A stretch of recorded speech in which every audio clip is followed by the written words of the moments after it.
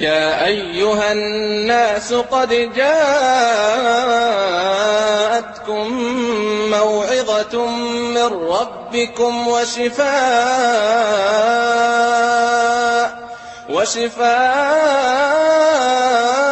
لما في الصدور وهدى ورحمة للمؤمنين.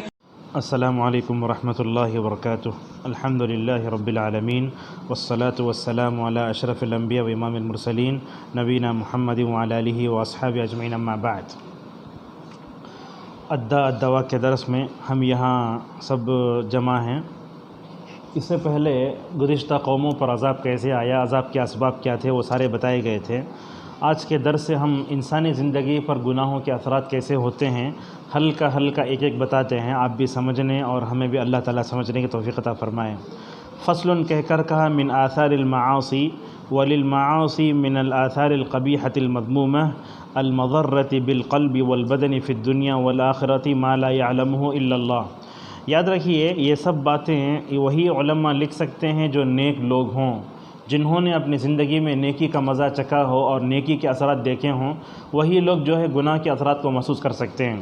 چنانچہ ابن تیمیہ رحمۃ اللہ علیہ کا دنیا پر احسان ہے کہ انہوں نے ابن القیم، علامہ ذہبی، ابن کثیر اور ایسے جیسے علماء اور شاگردوں کو انہوں نے دنیا کے حوالے کیا.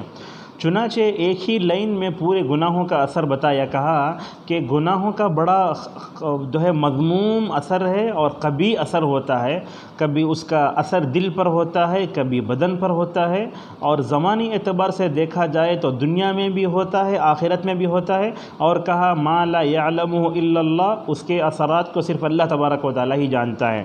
اب آئیے گناہ کے اثرات کیسے ہوتے ہیں. پہلا اثر ذکر کرتے ہوئے کہتے ہیں فَمِنْهَا حِرْمَانُ الْعِلْمِ.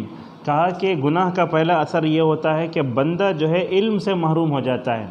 یہ سب سے بڑی جو ہے خصوصیت ہے علماء کی کہ علماء اللہ تبارک و تعالیٰ جن کو چن لیتا ہے، اللہ تعالیٰ نے علماء کی جو ہے رفعت، ان کے درجات کی بلندی قرآن میں بتائی. یرفع اللہ الذین آمنوا منکم والذین اوتوا العلم درجات. اسی طریقے سے شہد اللہ انہ لا الہ الا هو والملائکۃ واولو العلم قائما بالقسط. اپنی ذات کے ساتھ فرشتوں کے ساتھ اہل علم کو جوڑا، اتنا اونچا اٹھایا علماء کو.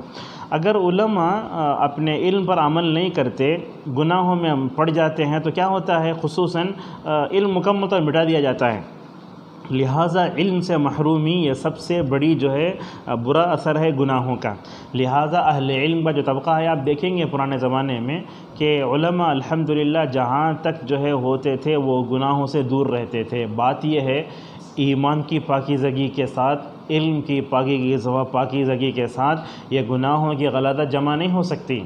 ابن عباس رضی اللہ عنہما کہتے ہیں کہ رسول اکرم صلی اللہ علیہ وسلم نے فرمایا لا یزنی الزانی حین یزنی وہو مومن.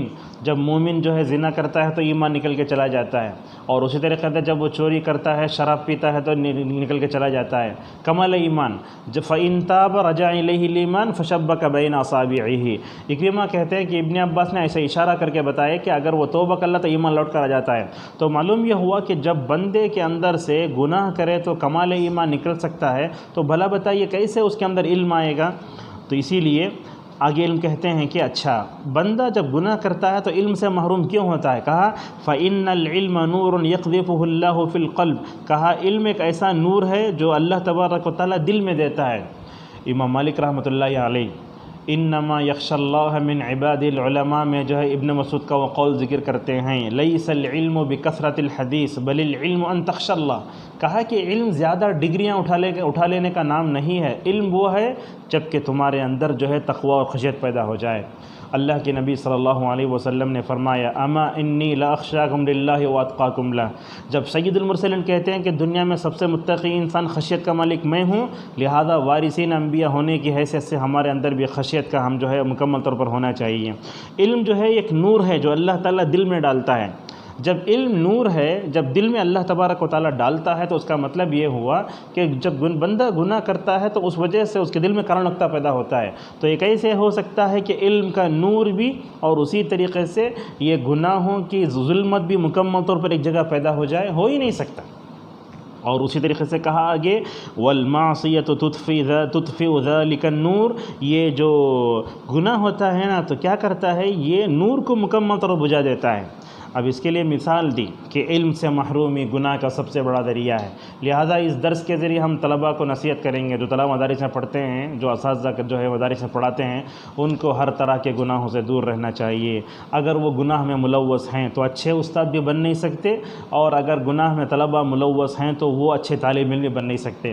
آج ہم دیکھتے ہیں کہ موبائل وغیرہ پر پابندی لگائی جاتی ہے مدارس میں، لیکن اس کے باوجود سوشل میڈیا کی وجہ سے بچوں پر جو برا اثر ہو رہا ہے وہ ہم دیکھ رہے ہیں۔ آج سے 5-10 سال پہلے بچوں کی حافظہ جیسا ہوتا تھا، آج وہ مدارس میں نہیں رہا حافظہ۔ کیوں؟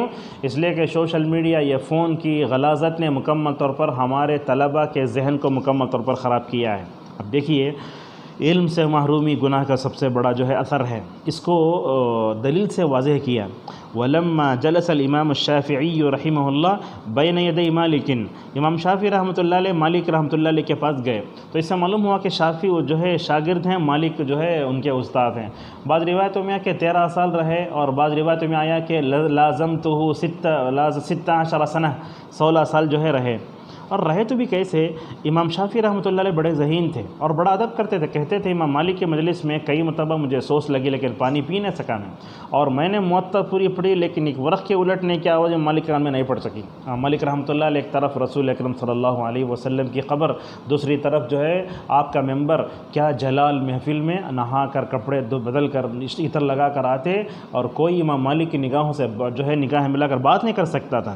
اس وقت میں شافعی رحمۃ اللہ علیہ کی فطانت اور ذہانت کو دیکھ کر امام مالک رحمۃ اللہ علیہ نے جو ہے دیکھا، ان کے اندر دیکھا کہ کمال درجے کی فطانت بھی ہے، اور جو ہے ان کے اندر حاضر جوابی بھی ہے، اور کمال درجے کا فہم اور جو ہے سمجھنے کی چیز بھی ہے۔ تو امام مالک نے کیا کہا، انی اری اللہ قد القى علیک علی قلبک نورا فلا تطفئه بظلمۃ المعصیہ۔